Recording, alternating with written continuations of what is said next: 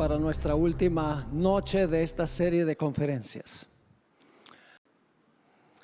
Vamos a Daniel, el capítulo 12 y el versículo 1 y 2.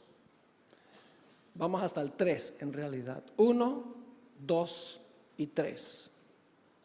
Dice allí, y quiero que recuerden cuántos eventos hay aquí. 4 eventos, muy bien. En aquel tiempo se levantará Miguel. ¿Qué significa se levantará Miguel? Lo hablamos anoche, ¿qué significa esa expresión? ¿Se levantará Miguel? Se cierra la puerta de la gracia, ya Cristo no intercede más. Es el primer evento, se levantará Miguel, el gran príncipe que está de parte de los hijos de tu pueblo. Ahora viene el segundo evento, consecutivo. ¿Y será qué? Tiempo de angustia, cual nunca fue desde que hubo gente hasta entonces.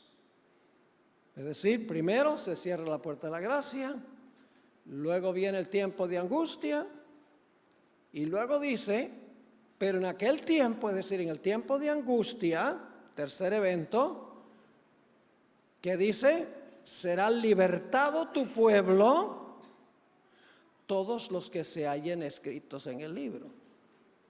¿Cuándo fueron escritos en el libro? Pues durante el juicio se confirmó que ellos merecían estar en el libro. Tercer evento. Y luego viene el cuarto evento, y muchos de los que duermen en el polvo de la tierra serán despertados.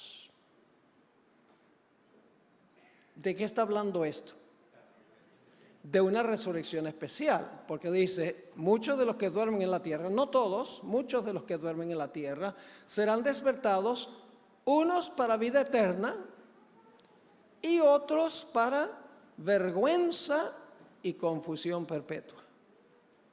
Una resurrección especial de los que traspasaron a Jesús y los que murieron en la fe del mensaje del tercer ángel.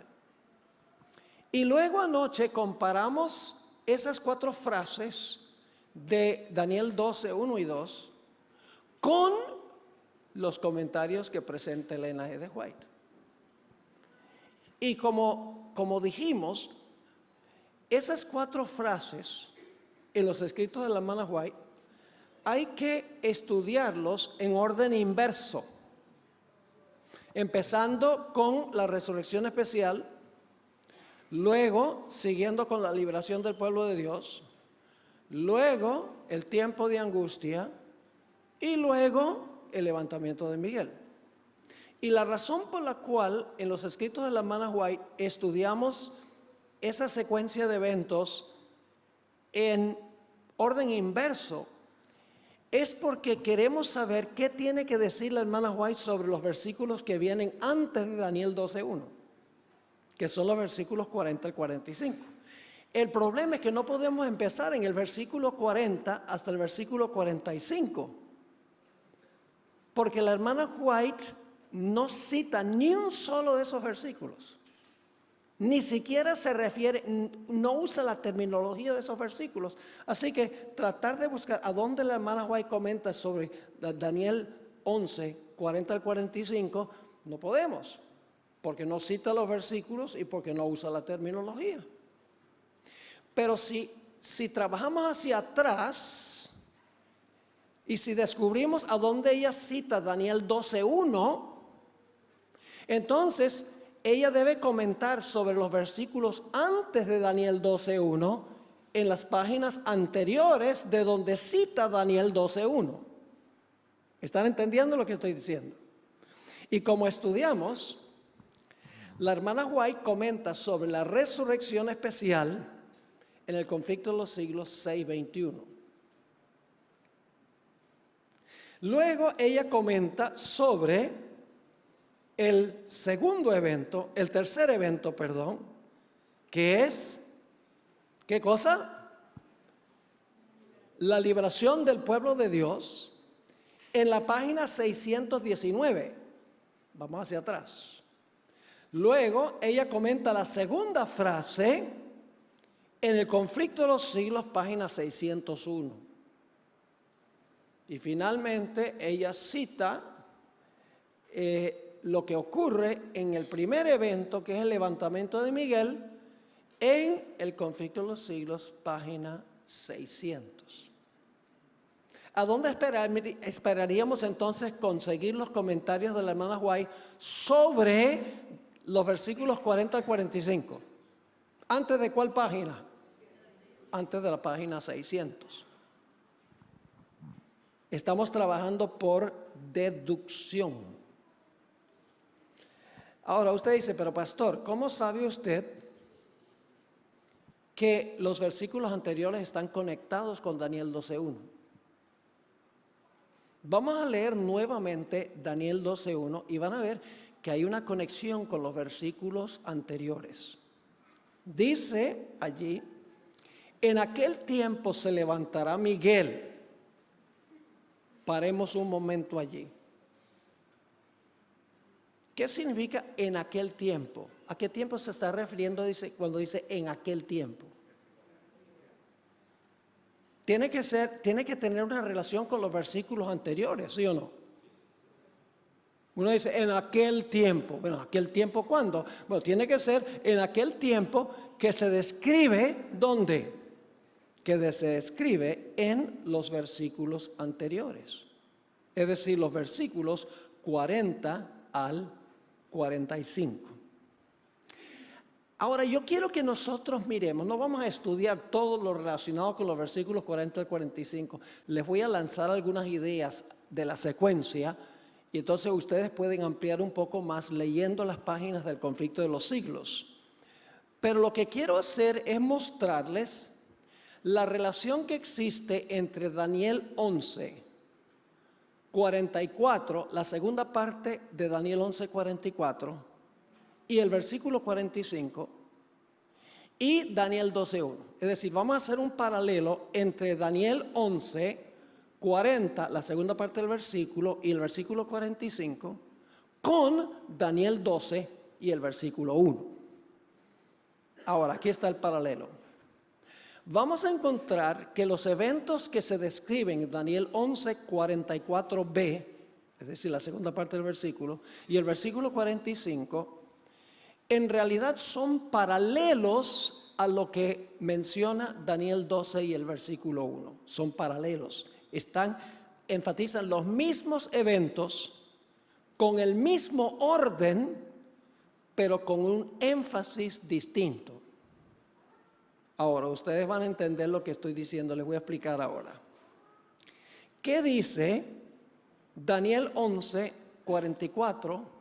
La segunda parte del versículo. Ya les vamos a hablar de la primera parte del versículo, pero por ahora quiero que se enfoquen en la segunda parte del versículo. ¿Qué dice Daniel 11, 44? Si ustedes lo leen, dice que el rey del norte va a salir, ¿para qué? Con gran ira para destruir y exterminar a muchos. Ese es el 11:44, la segunda parte del versículo.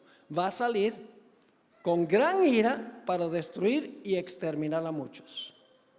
Y luego dice que va a colocarse en un lugar estratégico para cumplir su propósito. Dice en la segunda frase que el rey del norte coloca las tiendas de su palacio en un lugar estratégico entre el mar y el monte santo de Sión. Es decir, entre el mar Mediterráneo e Israel. Literalmente. Pero aquí no estamos tratando literalmente.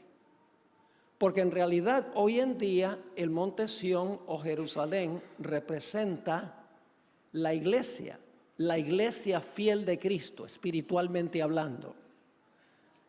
Y luego dice en la tercera parte del versículo que cuando el rey del norte coloca las tiendas de su palacio en un lugar estratégico para exterminar a los que están reunidos en Sión, que representa el pueblo de Dios, ¿qué va a pasar con el rey del norte? La última parte del versículo 45 dice que el rey del norte llegará a su fin sin que nadie le ayude. Yo pregunto entonces, ¿tenía ayuda antes? ¿Tenía ayuda antes? Sí, tenía ayuda antes, pero va a llegar a su fin sin que nadie le ayude. El rey del norte sale para destruir y exterminar a muchos con gran ira. En segundo lugar, se coloca en un lugar estratégico para ejecutar el decreto de muerte contra los fieles de Dios. Y en tercer lugar, no logra hacerlo porque llega a su fin sin tener nadie que le ayude.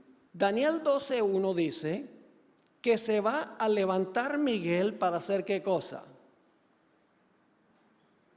Se levantará Miguel, aquel gran príncipe que está ¿qué?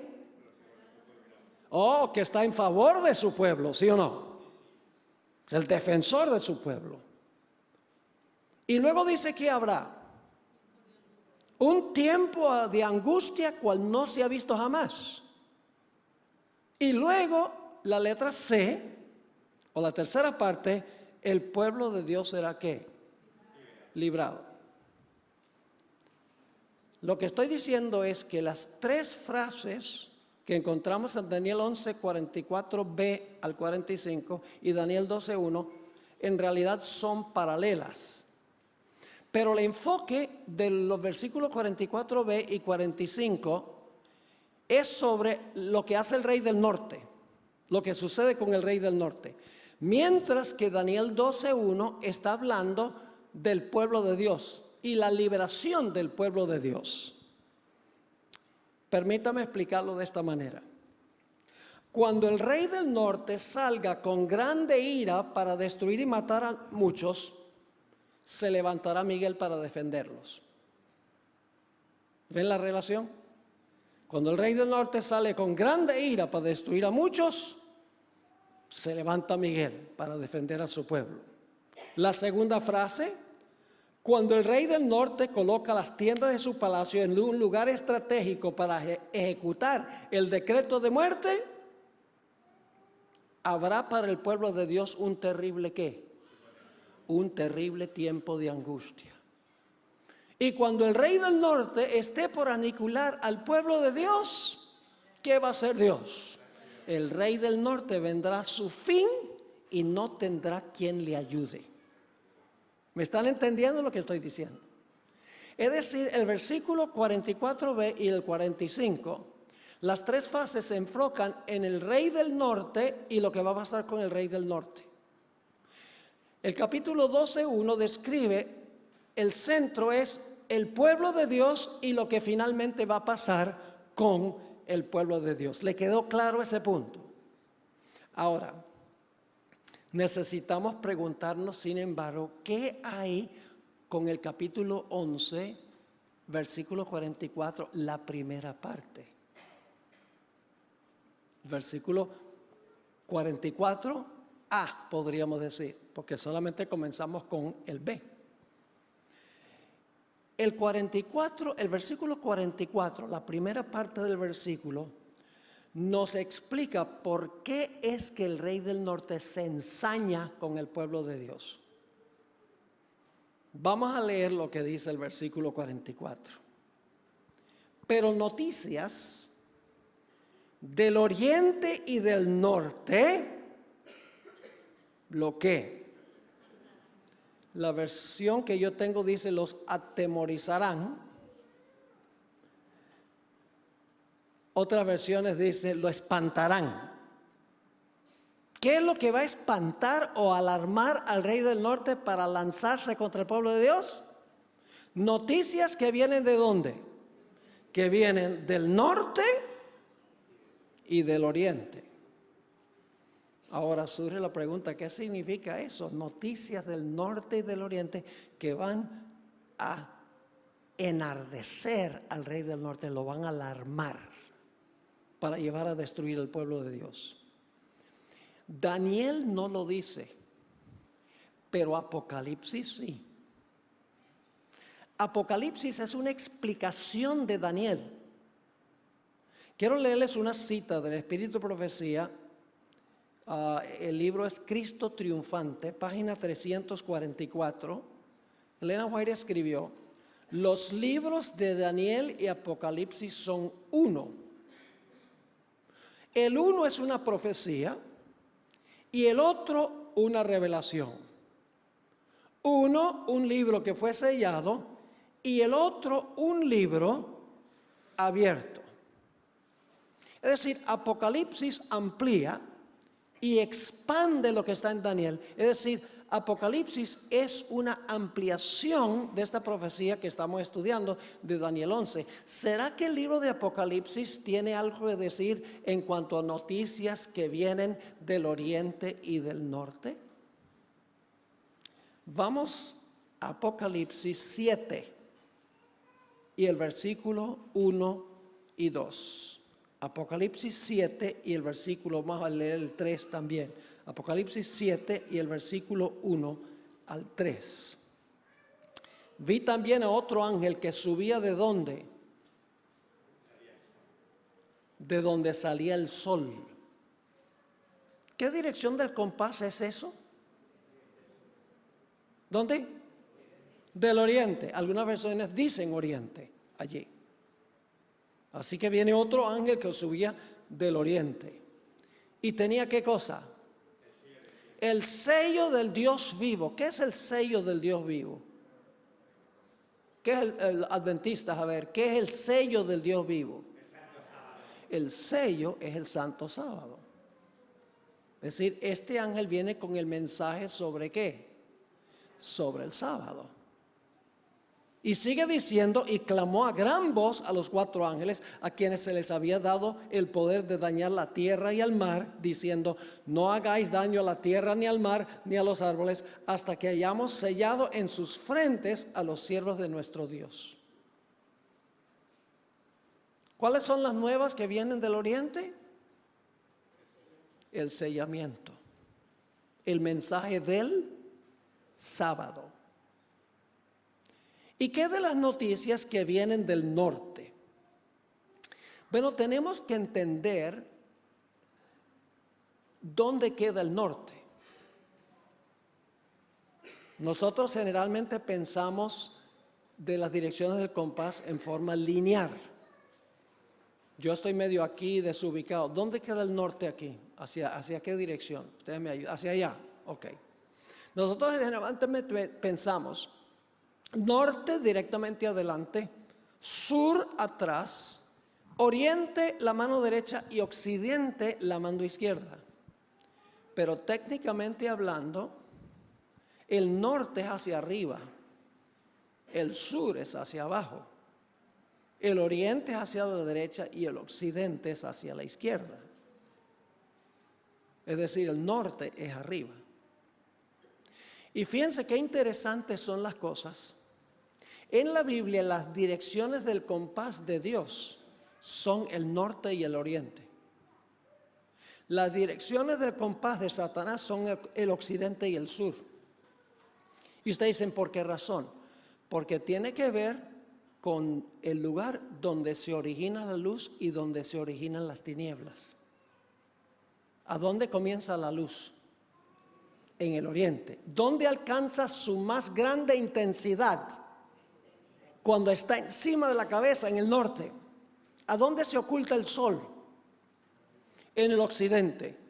¿Y a dónde alcanza su más profunda intensidad? En el sur o a medianoche.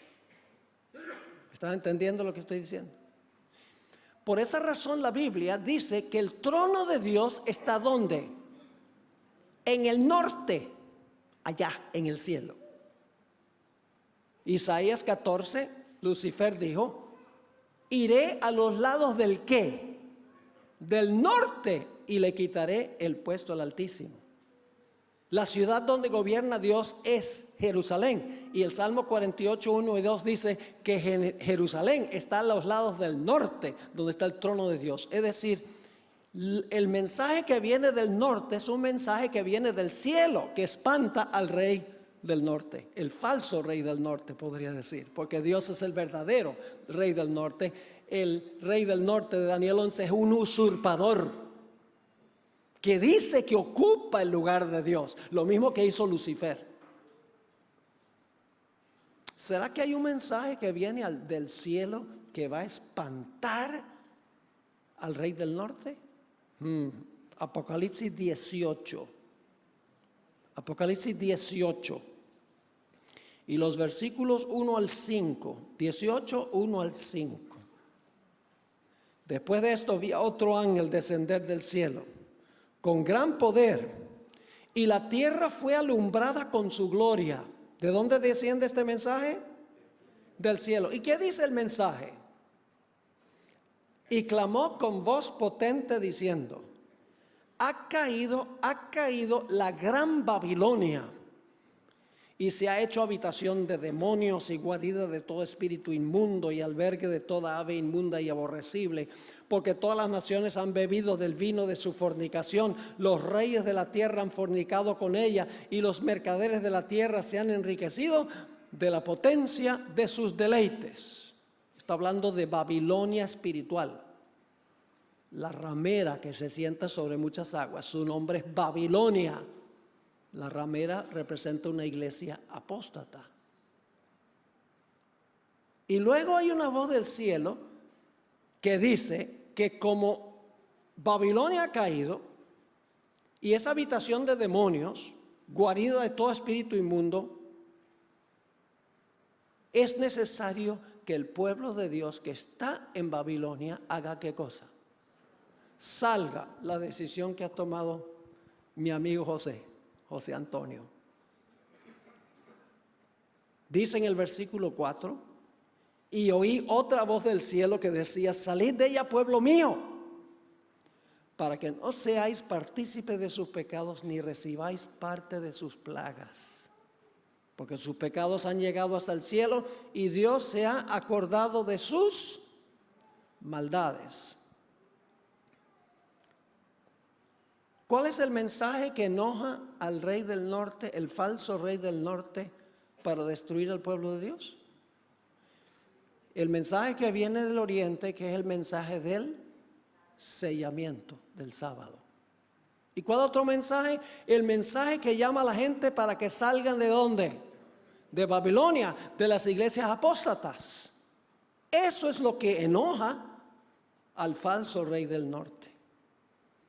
Ahora, fíjense en esto. Hemos mirado lo que la hermana White dice en orden inverso. Hemos visto las 4 frases, ¿verdad? Resurrección especial, liberación del pueblo de Dios, tiempo de angustia, y luego entonces el cierre de la gracia.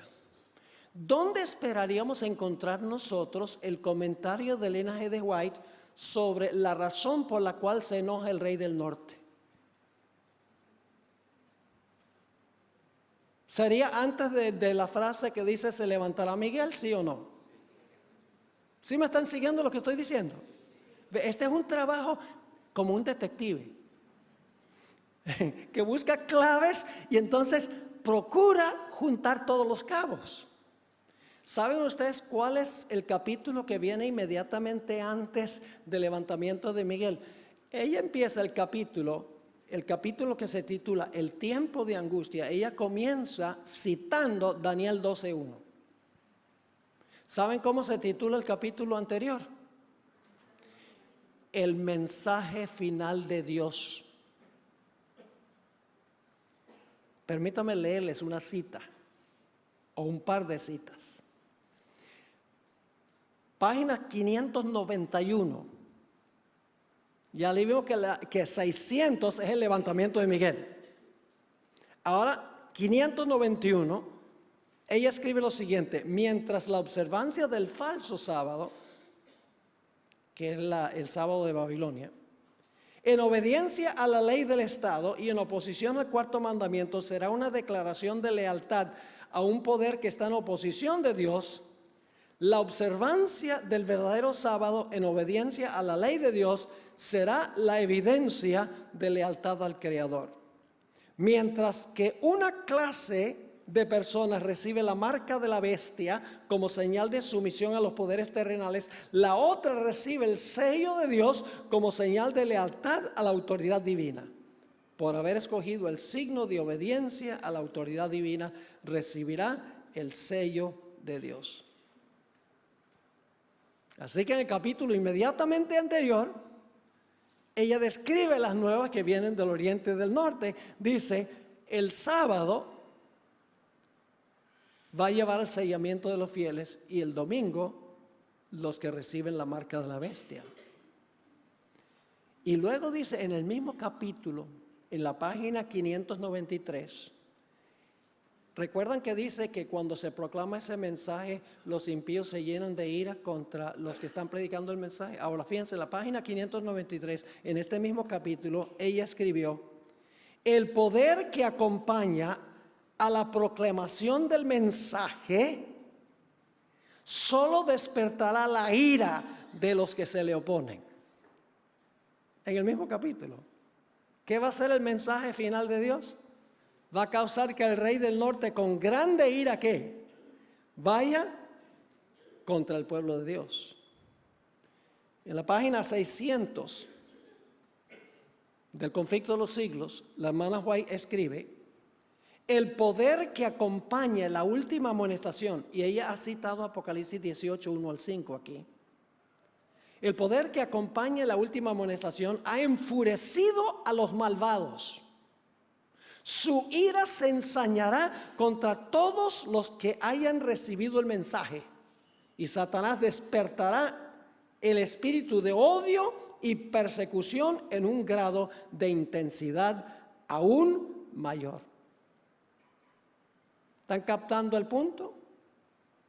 ¿Tiene algo que decir Elena G. de White sobre el versículo 44? ¿Sí o no? No usa la terminología. No cita el versículo. Pero yendo de Daniel 12:2 hacia atrás, vemos que ella dice que lo que va a enfurecer a los impíos es el mensaje del sellamiento y el mensaje para salir de Babilonia. Trabajando hacia atrás. Ahora, así que las noticias del norte se identifican en el Apocalipsis 18, 1 al 5 como el fuerte clamor, y la nueva del oriente representa el sellamiento del pueblo de Dios. Y ustedes dicen, bueno, pastor, y los versículos anteriores a ese, el versículo 40 al 43, eso se los voy a dejar de tarea. Ya que tienen la clave de cómo estudiar esto, lo pueden hacer por su cuenta. Pero les voy a dar una idea. Si ustedes continúan yendo hacia atrás en el conflicto de los siglos, del capítulo, el mensaje final de Dios hacia atrás, van a descubrir que la hermana White comenta sobre cada una de esas frases, sin usar la terminología y sin citar los versículos. Ella describe cada uno de los detalles, empezando con el versículo 40, a donde dice que en el tiempo del fin, el rey del sur se acorneará contra el rey del norte. Ahora, ¿qué significa eso? Que el rey del sur en el tiempo del fin. Yo les pregunto, ¿cuándo comienza el tiempo del fin? En 1798. ¿Cómo comienza Daniel 11:40? En el tiempo del fin, el rey del sur se acorneará o se enojará con el rey del norte. ¿Quién es el rey del norte? El rey del norte es el papado. Ahora yo pregunto, ¿qué sistema se levantó para atacar al papado cuando comenzó el tiempo del fin en 1798? ¿Cuándo? En la Revolución Francesa. Así que si ustedes buscan en el conflicto de los siglos, le estoy dando los parámetros. Si ustedes buscan en el conflicto de los siglos, el capítulo titulado La Biblia y la Revolución Francesa, ahí empieza el versículo 40. Luego, en los siguientes capítulos, ella comenta cada frase que sigue a eso, sin usar los versículos y sin usar la terminología. Y usted dice, pero ¿por qué la hermana White no usó la terminología? Les voy a mencionar en unos momentos, hay una razón histórica por la cual la hermana White no lo hizo. Ahora, la pregunta clave es, ¿quién es el rey del sur que cuando comienza el tiempo del fin se ensaña con el rey del norte? Bíblicamente el rey del sur es Egipto, porque el sur, Jerusalén, perdón, se encuentra al norte de Egipto. Egipto está al sur de Israel. Por eso Egipto literalmente es el rey del sur. Pero no estamos tratando con naciones literales aquí. El principio profético es que Egipto representa un sistema y el rey del norte representa un sistema global y mundial. Estamos tratando con símbolos, en otras palabras.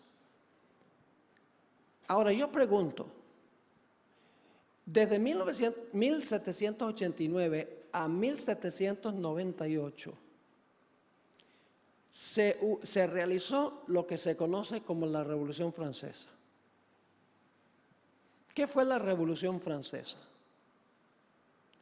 Fue un movimiento ateo. Se levantaron contra la iglesia. Proclamaron que no había Dios. Es decir, Francia se demostró una nación parecida a lo que había pasado en Egipto en los días de Moisés. ¿Qué dijo Faraón a Moisés? ¿Quién es Jehová? Yo no conozco a Jehová y no dejaré ir a su pueblo. Lo que caracterizaba a Egipto era su ateísmo, la negación del verdadero Dios. Yo pregunto, ¿es lo mismo que hizo la Revolución Francesa? ¿Francia en la Revolución Francesa? Sí, la misma cosa. Así que el rey del sur que se levantó contra el papado en 1798, inclusive el papa fue llevado cautivo, fue Francia, pero Francia manifestó el mismo espíritu que Egipto. Y por si acaso se preguntan si esta interpretación es correcta, cuando van a Apocalipsis 11, dice allí que el papado gobierna por 1260 años y al final de su periodo de dominio dice allí que un poder del abismo se iba a levantar para matar a los dos testigos, iba a haber derramamiento de sangre, etc. Y se le llama a ese sistema en Apocalipsis 11 Sodoma y Egipto.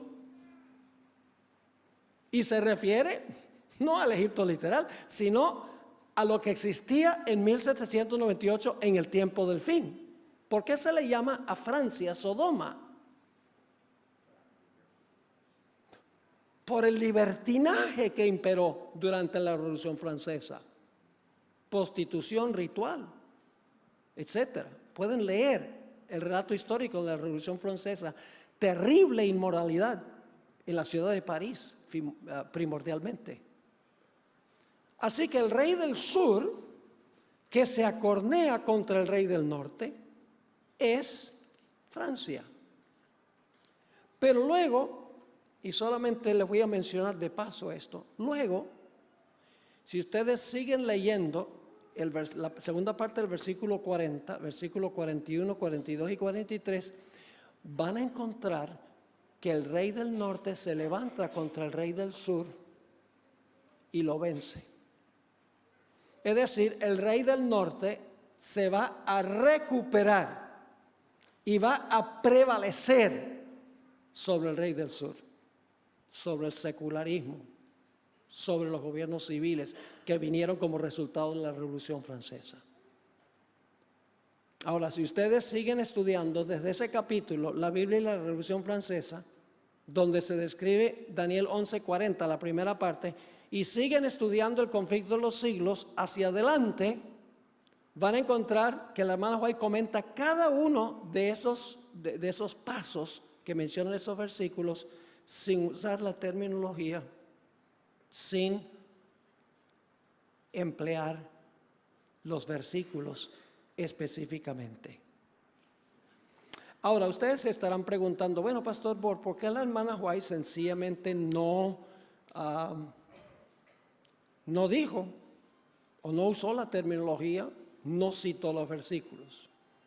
Hay una razón muy especial histórica.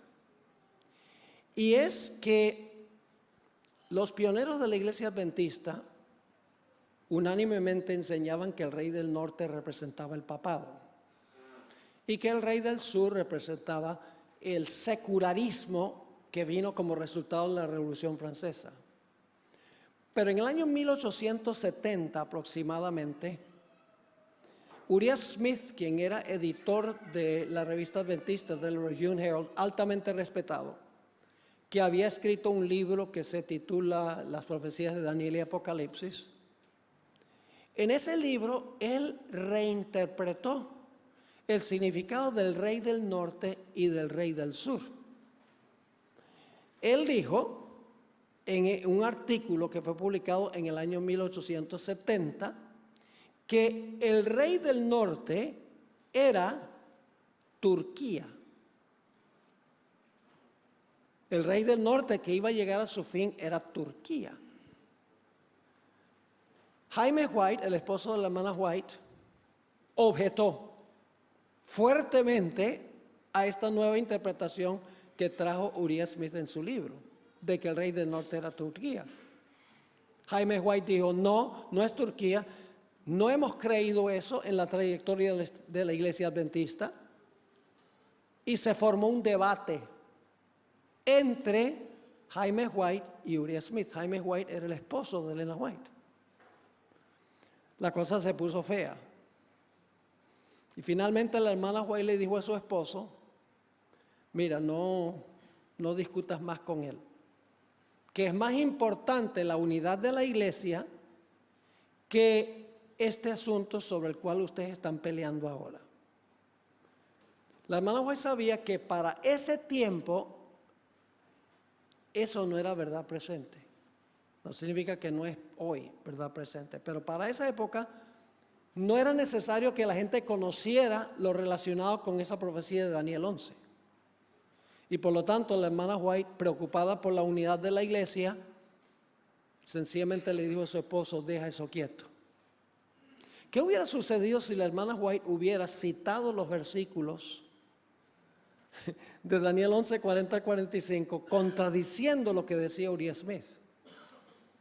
Hubieran dicho, claro, la hermana White, claro, va a apoyar a su esposo y no al pastor Smith. Así que la hermana White comentó sobre estos versículos sin hacerlo obviamente, para conservar la unidad de la iglesia. Pero cuando estudiamos con cuidado esto, nos damos cuenta que la hermana White subliminalmente sí explicó los versículos. ¿Me están entendiendo lo que estoy diciendo? Como hemos explicado esta noche. Ahí está. Y solamente hemos estudiado en detalle el versículo 44, 11, 44, hasta el capítulo 12 y el versículo 2.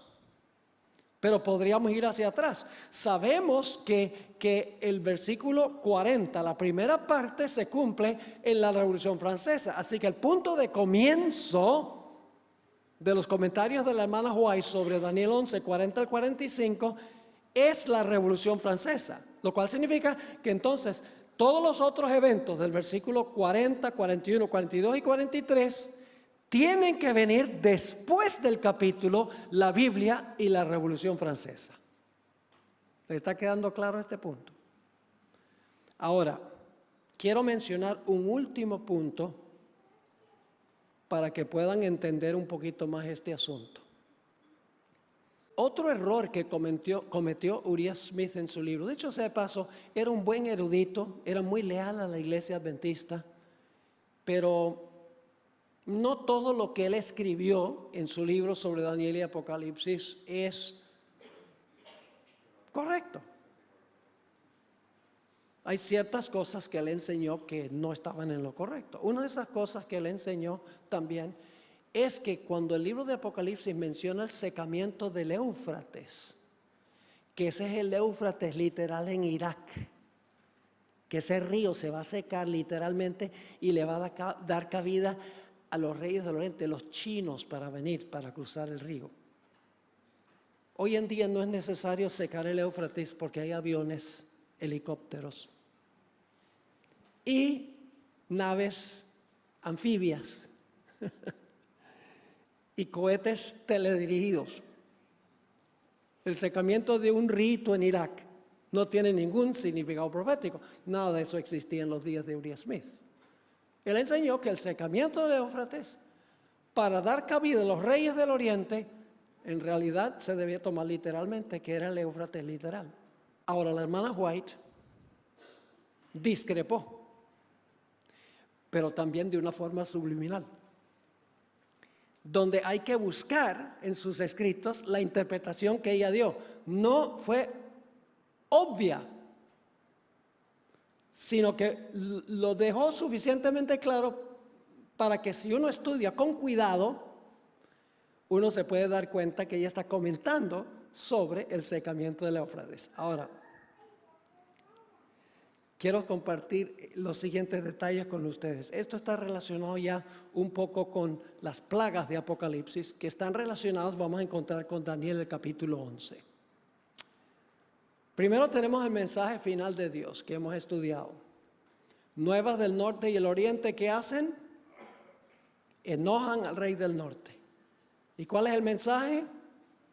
El sellamiento, que es el sábado, ¿y qué más?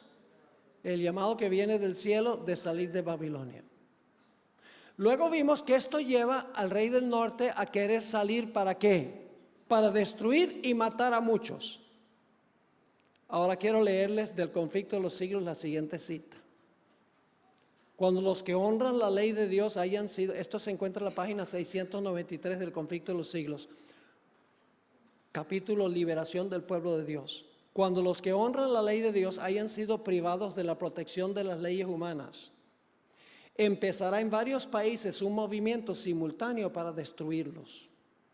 Conforme vaya acercándose el tiempo señalado en el decreto, el pueblo conspirará para extirpar la secta aborrecida. Se convendrá en dar una noche el golpe decisivo que reducirá completamente a silencio la voz disidente y reprensora. ¿Qué evento es ese? Ese evento es cuando el rey del norte sale con gran ira con la intención de matar al pueblo de Dios. ¿Y por qué? Porque el pueblo de Dios ha proclamado el mensaje del sellamiento y el llamado para salir de Babilonia. Luego la hermana White describe en esa misma página el tiempo de angustia. Está comentando sobre Daniel el capítulo 11, 44, capítulo 12, 1 y 2. Ya van a ver, tiempo de angustia. El pueblo de Dios, algunos en las celdas de las cárceles, otros escondidos en ignorados escondrijos de bosques y montañas, invocan aún la protección divina. Este es el tiempo de angustia. Mientras que por todas partes, compañías de hombres armados, instigados por legiones de ángeles malos, se disponen a emprender la obra de muerte. Coloca las tiendas de su palacio entre el mar y el monte deseable, donde está el pueblo de Dios. Y luego encontramos la siguiente cita. Entonces, en la hora de supremo apuro, que es el tiempo de angustia, es cuando el Dios de Israel intervendrá para librar a sus escogidos. ¿Están viendo la relación? Ahora, tenemos que relacionar con esto las tres últimas plagas, porque las tres últimas plagas describen cómo Dios va a librar a su pueblo. Sigo la cita de la hermana White en esta página. Multitudes de hombres perversos, profiriendo gritos de triunfo, burlas e imprecaciones, están a punto de arrojarse sobre su presa. Ahora escuchen. Cuando de pronto densas tinieblas. ¿Saben cuál es la quinta plaga? Tinieblas, pueden leerlo. Densas tinieblas, más sombrías que la oscuridad de la noche, caen sobre la tierra. Luego un arco iris que refleja la gloria del trono de Dios se extiende de un lado al otro del cielo y parece envolver a todos los grupos en oración. Así que cuando los impíos están por destruir al pueblo de Dios, ¿qué cae sobre la tierra? Oscuridad. Apocalipsis 16 dice que la quinta plaga es una plaga de oscuridad. Ahora, ¿qué sucede cuando viene la oscuridad? Dice ella, en la siguiente parte de la cita, las multitudes encolerizadas se sienten contenidas en el acto. Cuando viene la oscuridad, ¿qué pasa con las muchedumbres que quieren acabar con el pueblo de Dios? Las multitudes encolerizadas se sienten contenidas en el acto. Sus gritos de burla expiran en sus labios. Olvidan el objeto de su ira sanguinaria. Con terribles presentimientos contemplan el símbolo de la alianza divina y ansían ser amparadas de su deslumbradora claridad. ¿Sobre qué se sienta la ramera? Sobre muchas aguas. ¿Cuáles son las aguas sobre las cuales se sienta la ramera? Muchedumbre, naciones, pueblos y lenguas. ¿Cómo se llama la ramera? Babilonia. Yo pregunto, ¿la antigua Babilonia estaba sobre el río Éufrates, sí o no? ¿Ese era el río, esas eran las aguas de Babilonia donde se sentaba Babilonia? ¿Cómo no? Pero las aguas representan simbólicamente al final de la historia, ¿qué cosa? Muchedumbre, naciones, lenguas y pueblos. ¿Qué significa el secamiento de las aguas? Si la ramera está sentada en muchas aguas, significa que las aguas están ¿qué? Apoyándola. Pero ¿qué sucedería si las muchedumbres le retiran su apoyo? Cae. ¿Qué dice la cita? La cita dice, las multitudes encolerizadas se sienten contenidas en el acto. ¿Qué pasa con las aguas que quieren ahogar al pueblo de Dios? Son contenidas. No dice que se secan las aguas del Éufrates. Lo explica de otra manera. Y luego, por si acaso no están seguros de esto, luego la hermana White en la siguiente página cita los versículos que describen la séptima plaga. Es decir, los versículos donde habla de la séptima plaga, ella los cita, pero no cita el secamiento del Éufrates ni cita la quinta plaga de oscuridad. Sencillamente dice oscuridad. Las muchedumbres se secan, las aguas se secan y luego cita la séptima plaga. Entonces yo pregunto, ¿tiene la hermana White algún comentario sobre el secamiento del Éufrates? Sí lo tiene.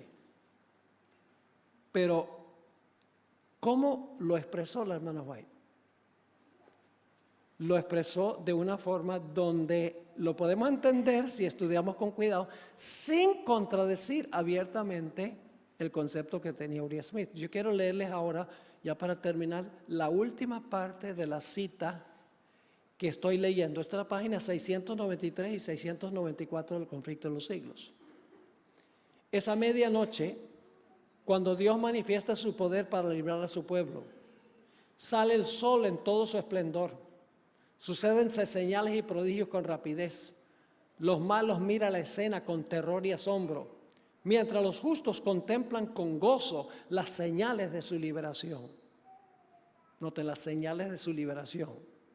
La naturaleza entera parece trastornada, los ríos dejan de correr, nubes negras y pesadas se levantan y chocan unas con otras. Y ahora ella va a citar la séptima plaga. En medio de los cielos conmovidos hay un claro de gloria indescriptible, de donde baja la voz de Dios semejante al ruido de muchas aguas, diciendo, hecho es. Séptima plaga. Sigue la cita. Esa misma voz sacude los cielos y la tierra, síguese un gran terremoto y luego cita, cual no fue jamás desde que los hombres han estado sobre la tierra. Esa es una cita de la séptima plaga. Sigue. Toda la tierra se alborota e hincha como las olas del mar. Su superficie se raja, sus mismos fundamentos parecen ceder. Se hunden cordilleras, desaparecen islas habitadas. Los puertos marítimos que se volvieron como Sodoma por su corrupción son tragados por las enfurecidas olas. Y luego va a citar otra vez la séptima plaga. La grande Babilonia vino en memoria delante de Dios para darle el cáliz del vino del furor de su ira. Y luego cita el versículo 21 de la séptima plaga, que dice: pedrisco grande, cada piedra como el peso de un talento, hace su obra de destrucción. ¿Están captando el punto? Ahora, si la hermana White en la página 694 está citando la séptima plaga, ¿a dónde esperaríamos conseguir sus comentarios sobre la sexta? ¿La página anterior? ¿Dónde esperaremos conseguir su comentario sobre la quinta? En la página anterior. Y ahí tenemos los impíos listos a acabar con el pueblo. Las aguas, en otras palabras, están corriendo libremente, las muchedumbres, para acabar con el pueblo de Dios. Pero luego, ¿qué sucede? Cae oscuridad, la quinta plaga. Y entonces las muchedumbres, ¿qué pasa? Son contenidas en el acto, se secan, se les secan a Babilonia. Y entonces cae, ¿qué cosa? La séptima plaga. ¿Y saben lo que es interesante? Solo unas pocas páginas antes de esto, la hermana White comenta las primeras 4 plagas. Qué interesante. Así que, hermanos y hermanas, nosotros, con la ayuda del Señor, debemos estudiar con cuidado no solo la Biblia, sino también el Espíritu de Profecía. Tenemos que mirar la secuencia de cosas, no solamente leer, sino sencillamente buscar el orden en que presenta la hermana White el material y luego buscar a ver si ella está siguiendo el mismo orden que tenemos en el libro de Apocalipsis y en el libro de Daniel. Le doy un último ejemplo, ya no relacionado con esto directamente. En cuanto a los 24 ancianos. Otro ejemplo de cómo usar los escritos de la hermana White. La hermana White nunca cita, nunca explica quiénes son los 24 ancianos. No explica quiénes son los 4 seres vivientes. Entonces la gente dice, la hermana White no tenía nada que decir de los 4 seres vivientes y de los 24 ancianos. Apocalipsis 4 y 5 también habla del cordero como inmolado. Es decir, en Apocalipsis 4 y 5 hay un cordero como inmolado, hay uno sentado en el trono, en medio del trono están los seres vivientes y alrededor del trono están los 24 ancianos. Y uno dice, bueno, ¿será que la hermana White tuvo algo que decir de eso? Pues si ustedes buscan nada más superficialmente, dicen la hermana White no comentó nada sobre eso en ninguna parte. Pero si ustedes van a las últimas 3 páginas del Deseado de todas las gentes, muy interesante. Ahí habla de la ascensión de Jesús al cielo.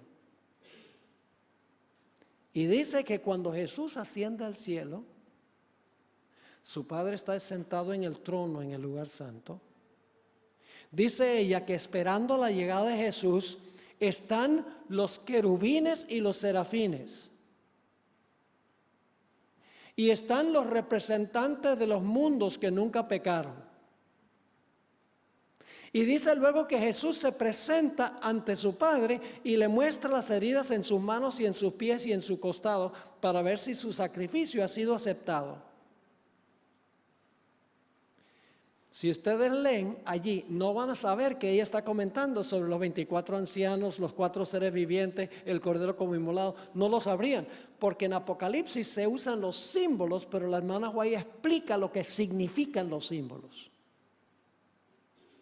Ella dice, los 4 seres vivientes son querubines y serafines.